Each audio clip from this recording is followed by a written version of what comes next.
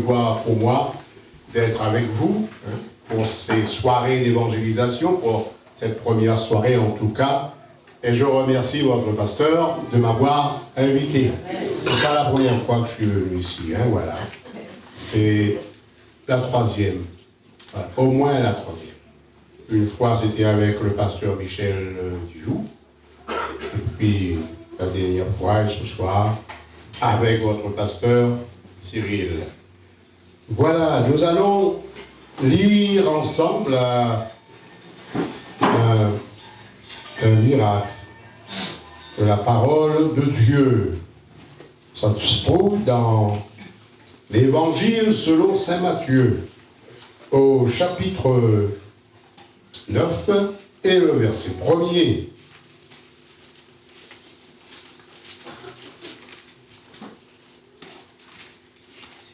L'Évangile selon saint Matthieu. Écoutez attentivement et que Dieu vous bénisse déjà à travers la lecture. Il est écrit: Jésus étant monté dans une barque, traversa la mer et alla dans sa ville. Et voici, on lui amena un paralytique couché sur un lit. Jésus, voyant leur foi, dit au paralytique: prends courage, mon enfant, tes péchés sont pardonnés. Je crois quelques scribes dirent au-dedans d'eux: cet homme blasphème. Et Jésus, connaissant leurs pensées, dit: pourquoi avez-vous de mauvaises pensées dans vos cœurs? Car lesquels est le plus aisé de dire tes péchés sont pardonnés, ou de dire lève-toi et marche? Or, afin que vous sachiez que le Fils de l'homme a sur la terre le pouvoir de pardonner les péchés, lève-toi, dit-il au paralytique, prends ton lit et va dans ta maison. Et il se leva et s'en alla dans sa maison. Quand la foule vit cela, elle fut saisie de crainte et elle glorifia Dieu qui a donné aux hommes un tel pouvoir. De là, étant allé plus loin, Jésus vit un homme assis au lieu de péage et qui s'appelait Matthieu. Il lui dit: suis-moi. Cet homme se leva et suivit Jésus. Amen. Suivre Jésus, c'est important parce que Jésus a dit: je suis le chemin. Amen. La vérité et la vie. Jésus est le chemin. L'histoire que nous venons de lire dans la parole de Dieu, c'est le témoignage d'un homme nommé Matthieu.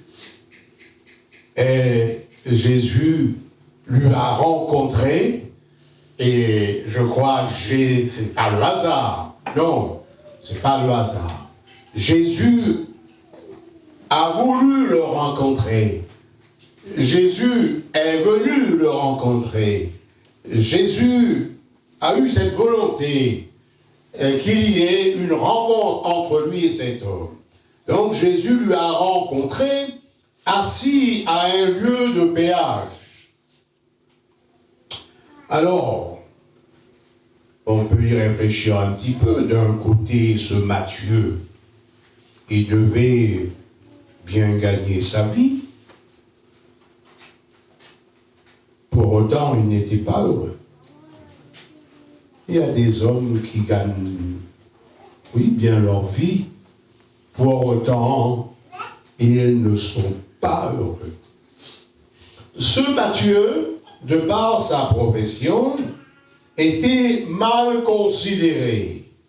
Croyez qu'on est heureux quand on est mal considéré par la population, mal vu, haï, à cause de sa collaboration avec les Romains, à cause de sa collaboration avec l'ennemi de son peuple, avec les Romains qui dominaient sur le peuple d'Israël en ce temps-là. Et comme son travail Le travail de Matthieu consistait à prendre de l'argent de son peuple pour le compte des ennemis de son peuple. Cela faisait qu'il était mal aimé. Or, quand on est mal aimé, ça ne fait pas plaisir, ça ne peut pas nous rendre heureux.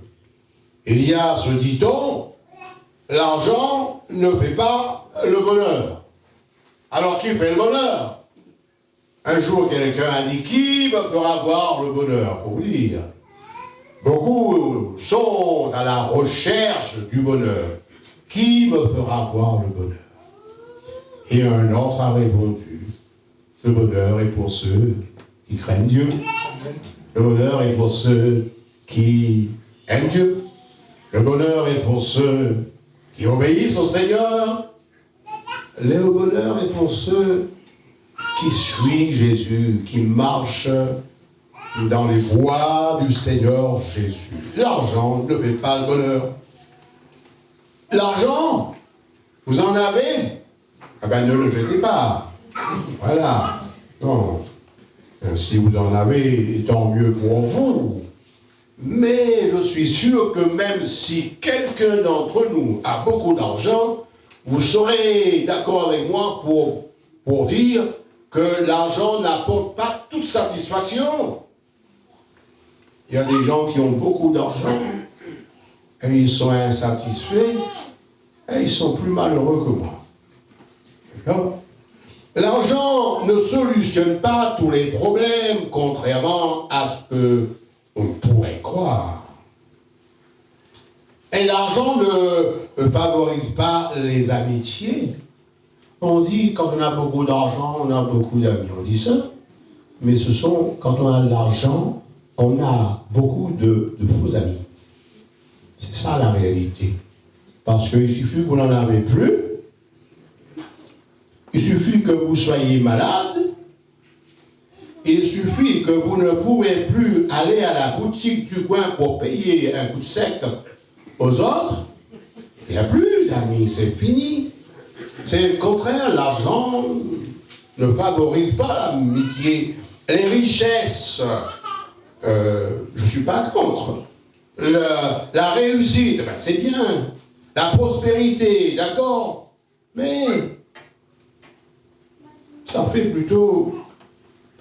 ça provoque plutôt la jalousie des autres. C'est ainsi que souvent les richesses de la terre causent beaucoup de souffrance, beaucoup de bien, beaucoup de peine. Alors, moi, j'ai pas beaucoup de peine, parce que pas beaucoup de bien. Matthieu, assis au lieu de péage, assis dans un tas d'argent, n'a pas été pour autant heureux, comblé de bonheur. Beaucoup ne voulaient pas le voir, et comme on dit, même pas en peinture. Non? Beaucoup devaient tourner la tête pour ne pas le voir, pour ne pas le regarder. Et c'est fort possible que beaucoup ne lui disaient pas bonjour. Ne le parlaient pas, ne le voyaient pas.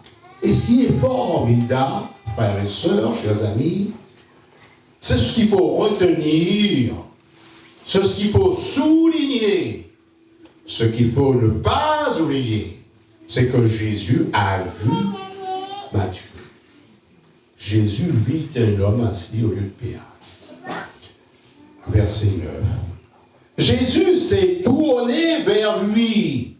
Et ce soir, je suis certain que le Seigneur est là, d'une part. Il dit quand 2 ou 3 sont là, rassemblés au nom de Jésus, il est présent. Donc, Jésus, ce soir, comme il s'est tourné vers Matthieu en ce temps-là, il se tourne vers toi. Il t'aime. Il a pour toi quelque chose de bien meilleur que ce que tu aurais vécu en dehors de sa présence. Jésus s'est tourné vers lui et Jésus lui a parlé. Et vous, la parole, ça sert à quelque chose. Quand quelqu'un vous parle, ça vous fait du bien, non? Et quand quelqu'un ne vous parle pas, ça m'est arrivé de parler avec quelqu'un. Je lui dis comme ça, je vais lui faire du bien. Mais lui, il n'a pas voulu me parler. Moi, j'ai voulu lui faire du bien, mais lui, il n'a pas voulu me faire du bien. Mais je suis pour vous dire, la parole, bonne parole, ça fait du bien. Donc Jésus s'est tourné vers lui, lui a parlé, pas pour lui reprocher quelque chose. Déjà, c'est pas possible que sa conscience lui reproche. C'est pas possible, la Bible ne dit pas. Mais Jésus a regardé Matthieu, non pas d'un regard d'accusation, ça a été un regard d'affection. Et ce soir, le Seigneur est là, et en lui, nous avons toute l'affection de Dieu. D'un regard de compassion, Jésus est là, et il vous voit, il vous regarde d'un regard de bienveillance.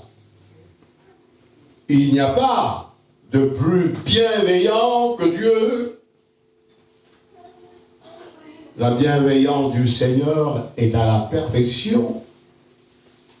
Le regard de Jésus, c'était le regard d'un bon médecin. Un bon médecin. Vous savez, même ceux qui, physiquement, sont en bonne santé, ils ont besoin du divin médecin pour leur âme, leur être intérieur. Le regard d'une bonne disposition, et il y avait dans le regard de Jésus à Matthieu, c'était le regard de quelqu'un qui était prêt à aider. Ça, je pense là, le bon samaritain, le regard du bon samaritain. Prêt à secourir, à faire du bien, à guérir, à sauver et aussi à encourager. Jésus sauve, il guérit, il encourage, il éclaire, il conduit, il transforme les vies, il libère, il fait tout bien dans la vie de ceux qui se donnent à lui, s'approchent de lui, placent en lui leur confiance pour leur salut, pour le pardon de leurs péchés, pour leur délivrance, pour leur guérison. Jésus a appelé Matthieu à le suivre, comme Jésus vous appelle à le suivre. Ainsi, il y a eu là, dans l'appel de Jésus à Matthieu de le suivre, il y a eu une offre, l'offre d'une vie meilleure. Et Jésus nous appelle à le suivre. Et suivre Jésus pour une vie bien meilleure. Je suis sûr que Matthieu a trouvé en Jésus une vie bien meilleure.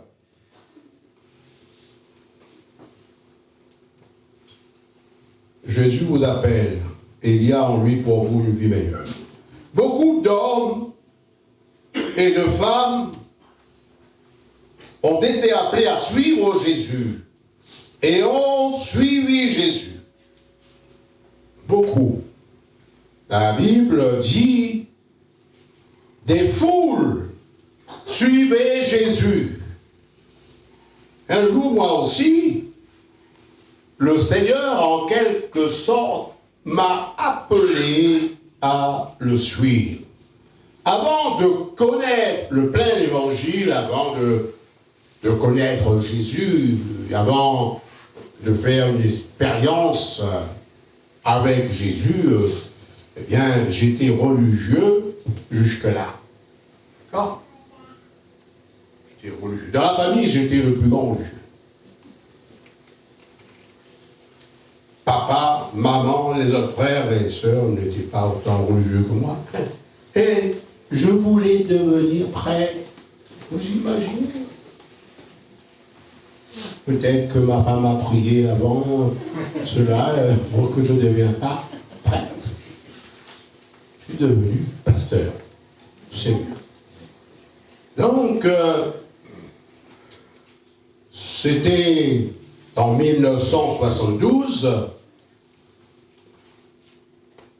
les frères et sœurs en Christ de cette ville où j'étais en métropole ont mis un traité évangélique dans ma boîte aux lettres. La boîte aux lettres était tellement remplie que le prospectus se retrouvait par terre. Donc j'ai cherché, j'ai regardé, je l'ai lu. Voilà. C'est-à-dire dans ce temps-là, je lisais tout ce qui passait dans mes mains.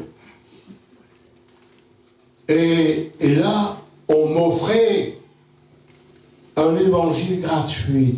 Et quand c'est gratuit, on le prend. Mais Jésus est gratuit. Il faut le prendre, le Seigneur. D'accord? Alors j'ai écrit, j'ai rempli la petite feuille pour avoir un évangile. Et puis j'ai eu l'évangile, pas trop longtemps après. J'ai regardé l'évangile pour voir si c'était conforme à l'évangile que j'avais reçu avec le prêtre. Il n'y a pas de problème. C'était le même évangile. Il n'y a pas de souci alors. Voilà. Et ils ne sont pas contentés de m'offrir l'évangile, mais ils ont envoyé des chrétiens pour m'inviter aux réunions. Et puis je suis allé aux réunions. Je dit, ça c'est formidable ça. Mais dans ma religion, pour moi ma religion c'était tout. Hein. Mais je dis, là ça n'a rien à voir avec ma religion. Et je passe un peu sur les détails pour vous dire, le Seigneur m'a appelé à le suivre. Et puis, pourquoi un petit mot de mon témoignage, après je continue. Ça va, c'est possible? Et puis, quelques temps après, je n'étais pas encore baptisé d'eau. Vous imaginez, pas encore baptisé d'eau. J'étais sur le chemin, j'allais me faire baptiser, mais pas encore baptisé d'eau. Eh bien, le Seigneur m'a appelé au ministère. Je n'étais pas encore baptisé d'eau. Bien sûr, je n'ai pas tout compris. Hein. Un missionnaire passe par là, et moi, je faisais les 100 pas devant l'église, entre la réunion des jeunes, hein, de la jeunesse, et l'évangélisation du soir. Et il passe à côté de moi, il y avait aussi avec moi un musulman. Lui aussi, il venait pour écouter l'évangile. Et ce missionnaire me dit, le Seigneur a besoin de toi. Alors moi je dis, moi oui. Ah oui, on est à deux. Bon, je dis, ça peut être lui, mais ça peut être moi aussi, pourquoi pas. Et dans ma petite tête, d'ignorant, je dis certainement, le Seigneur a besoin de moi pour que je leur témoigne cet évangile que je lis. C'était tout pour moi. Le Seigneur m'appelle pour que je sois un moyen de salut pour ma famille. Et ma famille, la plupart s'est convertie, sauf un. Voyez-vous, donc il m'a appelé aussi à le suivre. Et j'ai suivi Jésus. Je ne regrette pas de le suivre. Il est fidèle, le Seigneur. Il m'a guéri, moi aussi. Hein. J'ai été guéri, je passe. Il y a eu un bon témoignage tout à l'heure. Voilà, donc ça va. Je continue. Eh bien, Jésus a appelé beaucoup de personnes à le suivre. Dans Matthieu, toujours, chapitre 4, et le verset 18, voilà ce que je lirai pour vous. Si vous trouvez, c'est bien. Sinon, vous écoutez. Chapitre 4, et le verset 18. Comme Jésus marchait le long de la mer de Galilée, là aussi, il vit deux frères, Simon, appelé Pierre, et André, son frère, qui jetait un filet dans la mer, car ils étaient pêcheurs. Il leur dit, suivez-moi, et je vous ferai pécheurs d'hommes. Aussitôt, ils laissèrent les filets et suivirent Jésus. De là, étant allé plus loin, il vit deux autres frères, Jacques, fils de Zébédée, et Jean, son frère, qui étaient dans une barque avec Zébédée, leur père, et qui réparaient leurs filets. Il les appela, et aussitôt, ils laissèrent leurs filets et leur père pour suivre le Seigneur. Ah, ils ont trouvé en Jésus le chemin, le modèle, celui qui fait du bien. Donc l'Évangile nous rapporte que des foules de gens ont suivi Jésus. Voilà, beaucoup de... Au point que cela arrivait que Jésus était pressé par la foule. Il y avait la foule de tous côtés. Dans l'Évangile selon saint Marc, il nous est parlé de Jésus qui était à la tête de la foule, qui était pressé par la foule. Et là, il y avait une femme malade depuis 12 ans, malade de perte de sang. Elle ne guérissait pas, elle a dépensé tous ses avoirs, tout son argent, et sans résultat, ça s'empirait. Et cette femme, certainement au départ désespérée, découragée, elle a entendu parler de Jésus. Elle a dû se poser la question, pourquoi tous ces gens qui suivent le Seigneur Jésus? Et pourquoi tant de gens sur notre terre, même en contre-temps, eh bien, marchent avec Jésus, croient en Jésus, placent leur confiance dans son évangile? Et elle s'est dit à un moment donné, à partir de ces témoignages de foules de gens qui suivaient Jésus, elle s'est dit, si je puis seulement toucher le bord de ses vêtements, je serai guéri. Mais il fallait y arriver. Mais elle est arrivée. Quand on veut, on peut. Frères et sœurs, chers amis, vous pouvez suivre Jésus. Vous pouvez vous engager avec Jésus. Vous pouvez, il y a la possibilité de faire partie de cette foule qui suit Jésus. Donc elle a fait l'effort, elle est arrivée jusqu'à Jésus, elle a touché les bords de ses vêtements, et elle sentit dans son corps, ça faisait 12 ans qu'elle était malade. Et la médecine ne pouvait rien pour elle. Et là, tout d'un coup, elle s'est sentie guérie. Et Jésus dit, qui m'a touché? Mais là, les disciples lui disent, tu demandes qui t'a touché, tu ne vois pas la foule qui te touche partout, qui te presse.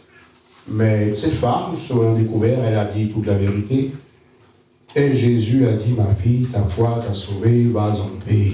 Du coup, elle a été guérie, elle a été sauvée. Le Seigneur est celui qui vient à notre rencontre pour nous apporter ce dont nous avons besoin, la délivrance, la guérison, corps, âme et esprit. Alors, pourquoi des foules suivaient Jésus? Pourquoi, dans tous les temps, des foules d'hommes et de femmes, de tout âge, de tout horizon, de toute la terre, de toute nation, de toute condition, suivent Jésus, croient en Jésus, croient dans l'Évangile, confessent l'Évangile, témoignent de ce que Jésus a fait pour eux?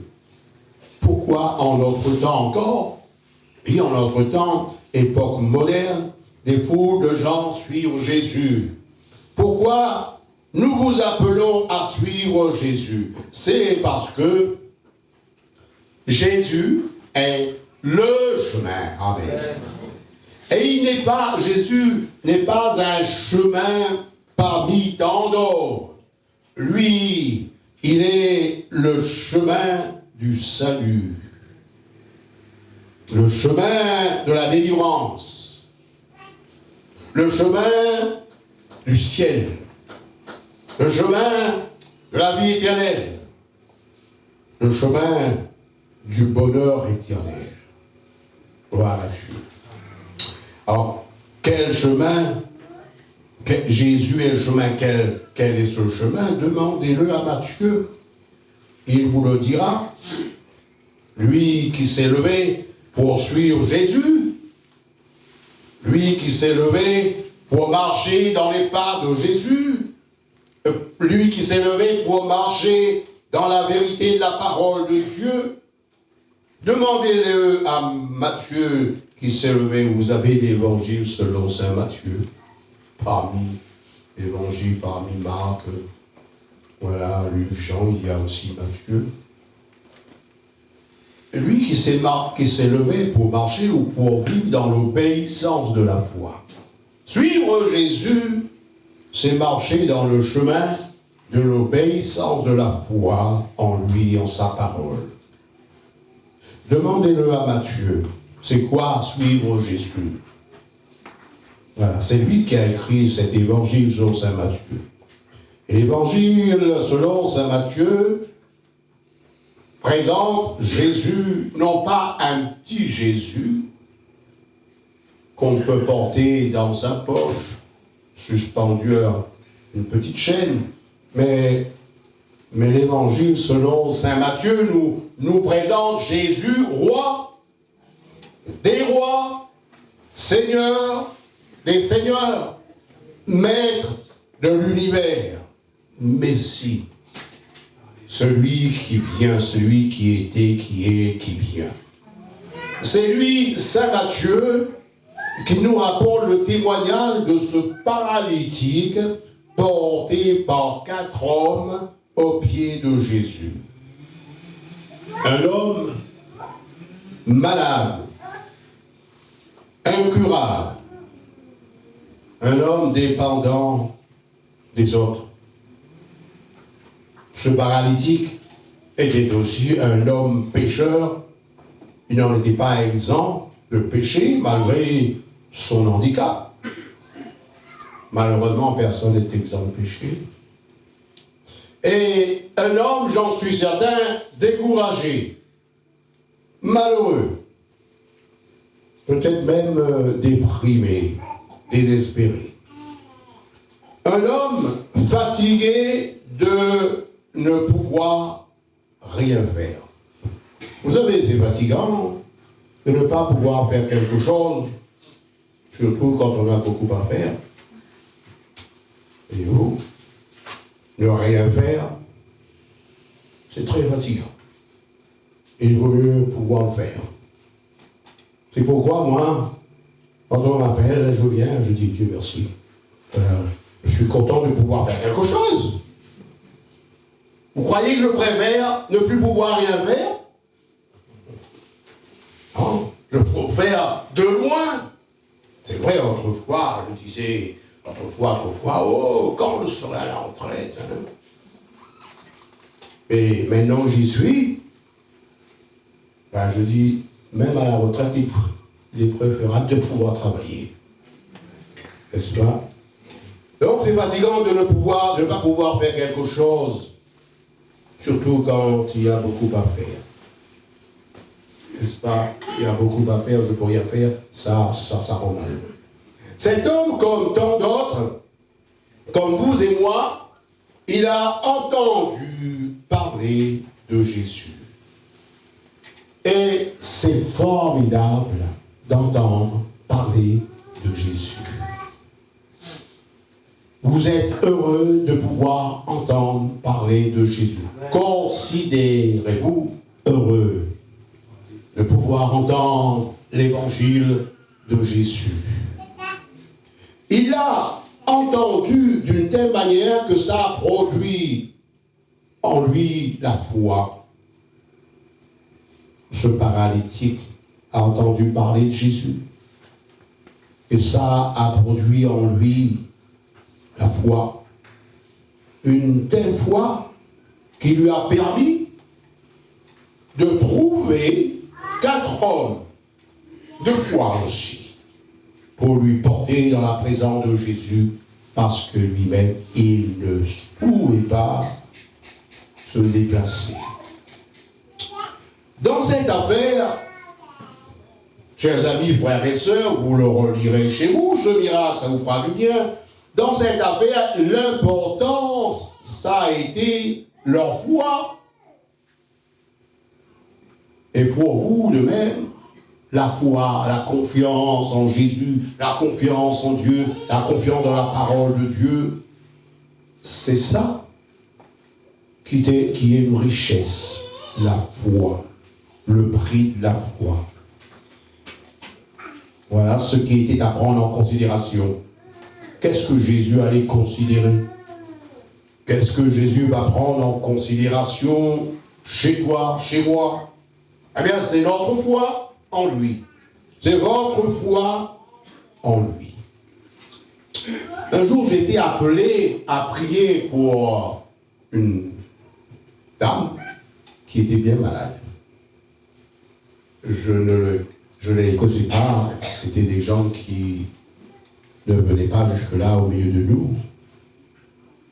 Et arrivé chez eux, une belle maison, une belle villa, et je me suis appliqué à leur parler de l'évangile. Et cet homme, malheureusement, n'était pas intéressé par l'évangile. Il était intéressé par la guérison de sa femme. Alors, il s'est tourné vers moi et il ne m'a pas dit d'arrêter de lui parler d'évangile, mais il semblerait qu'il a voulu me dire « Arrête de m'embêter avec ton évangile ». Il m'a dit « Dis-moi le prix, je te paye ». Alors, puis on finit avec ça. Hein? De l'argent, j'en ai rien. Ça, c'est pas ça qui me manque. Alors, dis-moi le prix. Il voulait que je lui dise le prix pour que je guérisse sa femme. Vous savez, ben, ça m'a déconcerté. Ça m'a déconcerté. Et bien sûr, j'ai continué à lui parler de l'évangile, j'ai prié pour sa femme, et puis je suis parti. Mais c'est sûr que ce que Jésus, ce que le Seigneur cherchait chez lui, ce n'était pas son argent, c'était sa foi. Et l'évangile produit la foi, la parole de Dieu produit la foi. C'est pourquoi nous vous prêchons l'évangile. Nous vous prêchons la parole de Dieu. Pour que cette bonne parole de Dieu produise chez vous la foi. Et ce sera le prix suffisant pour que vous soyez délivrés. Dans ce texte, nous avons lu Jésus, voyant leur foi. Il n'est pas dit Jésus voyant leur argent, mais Jésus voyant leur foi. Ce que le Seigneur veut voir chez vous, c'est la foi en sa parole. Jésus prenant en considération leur foi, Jésus aimant leur foi, et c'est au prix de sa foi que Jésus lui a miraculeusement, instantanément guéri, et Jésus lui a guéri par sa parole. Amen. La parole de l'Évangile, la parole de Dieu qui est une parole vivante et agissante, c'est dans la parole de Dieu que nous devons placer notre foi.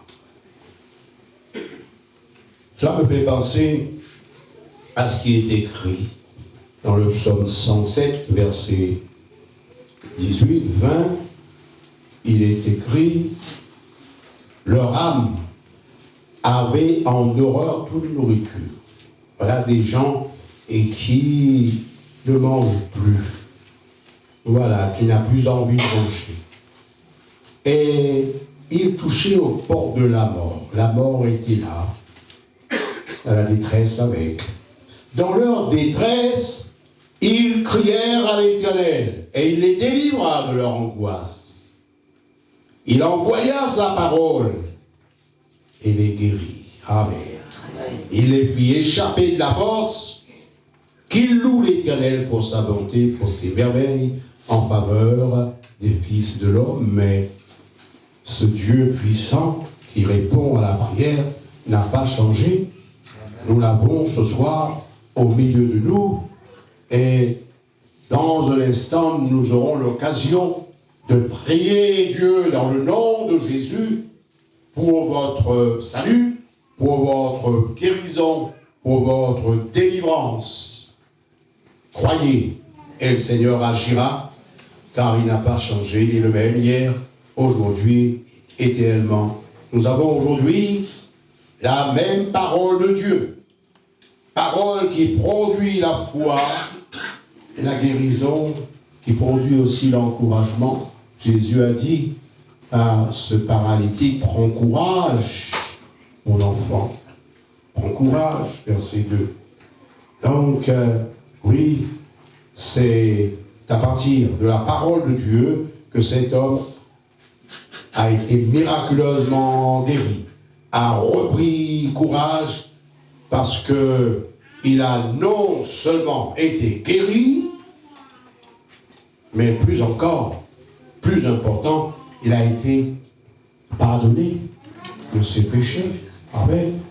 Et ce soir, le Seigneur veut vous guérir, mais surtout, il veut aussi, d'abord, pardonner vos péchés. Oui, chers amis, votre guérison, si quelqu'un serait malade, votre guérison, oui, est important. Mais le pardon de vos péchés est encore plus important. Parce que votre maladie peut vous amener à la mort, puis si, je dis peut ne pas vous amener à la mort aussi, tandis que vos péchés vous amènera à coup sûr à la mort éternelle. Et donc, le Seigneur au milieu de nous s'intéresse à chacun, d'abord pour le pardon de vos péchés, et aussi pour votre guérison, s'il y a besoin de guérison. Dieu soit béni de ce qu'il nous a donné en Jésus, un puissant sauveur qui nous sauve corps, âme, esprit. Je termine. Comme Jésus a appelé Matthieu à le suivre, Jésus vous appelle à le suivre. Comme Jésus, pour Matthieu, lui a appelé à se lever pour le suivre, pour lui faire confiance, pour marcher dans ses voies, pour vivre dans l'obéissance à la parole de Dieu. De même, eh bien, le Seigneur vous appelle à vous lever et pour le suivre, pour marcher dans ses voies, pour vivre dans l'obéissance à sa parole. Suivre Jésus. C'est prendre un chemin nouveau pour vivre une vie nouvelle, bien meilleure que la vie sans Jésus. Une vie suivre Jésus, c'est se lever pour marcher dans la vérité, dans la lumière, dans la paix et dans l'assurance d'avoir sa place dans le ciel. Ainsi, je vous invite à placer toute votre foi en Jésus. Dans l'Évangile, selon Saint Jean, chapitre 11, verset 40, il est écrit, si tu crois, tu verras la gloire de Dieu. Voulez-vous voir la gloire de Dieu? La gloire de sa grâce, quand Jésus fait grâce à quelqu'un, c'est glorieux. Puissance. Par Jésus, cet homme a été miraculeusement guéri. Il a été encouragé. Il a été, je parle de ce paralytique, il a été pardonné. Il a été éclairé sur la personne de Jésus. Il a été éclairé. Il a trouvé en Jésus la révélation du vrai Dieu. C'est dans Jésus que nous avons la révélation du vrai Dieu. Ce n'est pas dans une religion quelconque. Il a trouvé en Jésus l'affection, la compassion de Dieu. Il a trouvé en Jésus un amour incomparable. Alors peut-être que parmi nous, il y a des personnes malades, découragées, qui ont besoin d'être guéries, qui ont besoin d'être encouragées, qui ont besoin d'être pardonnées. Peut-être qu'il y a des personnes qui ont besoin d'être éclairées sur quelque chose. Peut-être, oui, il y a des personnes au milieu de nous qui ont besoin de la compassion de Dieu. Approchez-vous de Jésus. Faites-lui confiance. Matthieu a fait confiance en Jésus, l'a suivi, comme tant d'autres. Ce paralytique a fait confiance en Jésus. Et le Seigneur lui a apporté ce que les autres ne pouvaient absolument rien faire. Voilà. Prenez la décision de suivre Jésus, il vous guérira et vous encouragera, pardonnera vos péchés, manifestera pour vous la compassion de Dieu. Prions.